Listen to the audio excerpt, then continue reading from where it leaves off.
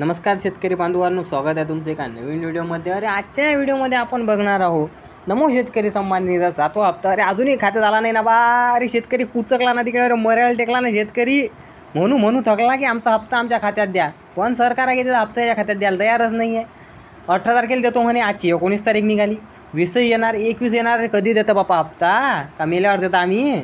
अरे बा, योजना करावं तर ते टायमा टू टायमा चालू करावं। अबे तुम्ही वर्षातून 3 हप्ते 4 हप्ते देतो म्हणता, आणि लेखो ते वर्षातून 2च हप्ते देता बे। 6-6 महिन्यातून 1 हप्ता देता लेखो, आणि त्यातही तुम्ही टायमावर देत ना। असं कसं सरकार आहे भाऊ? तुम्हाला काय वाटते याच्याबद्दल सांगा। आणि आता आपण बघूया की हप्ता हा नेमका आपल्याला कधी भेटू शकते। काय आहे की खूप सारे इकडे तुम्हाला वेगवेगळी बातमी मिळत आहे की 25ला 26ला हप्ता मिळू शकते।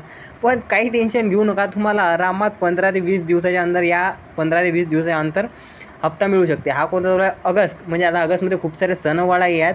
पोळ्याचा टाईम, किंवा मग आता पोळा येणार आहे, पोळ्यानंतर कोणता सण येणार आहे?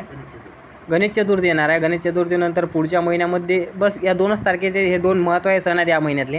आणि जर का या 2 महत्त्वाच्या सणांच्या दिवशी जर का तुमचा हप्ता तुमच्या खात्यात येणार याची शक्यता असते। कारण की काय होते, खूप वेळा काय असते की राज्य सरकार जे आहे हे सणावारांच्या वेळेस काय करते की हप्त्याशी पैसे वितरित करत असते, जेणेकरून ते सरकारला त्या सिच्युएशनमध्ये कामा येतील। परंतु सध्या आता समोर 2च सण मोठे आहेत की एक गणेश चतुर्थी आहे आणि एक पोळा आहे। तर होऊ शकते की पोळ्याच्या तारखेला, पोळ्याची जी तारीख असणार त्या तारखेला आपल्याला आपले पैसे आपल्या खात्यात बघायला मिळू शकतात। परंतु सरकारचं काय आहे, काही सांगता येत नाही।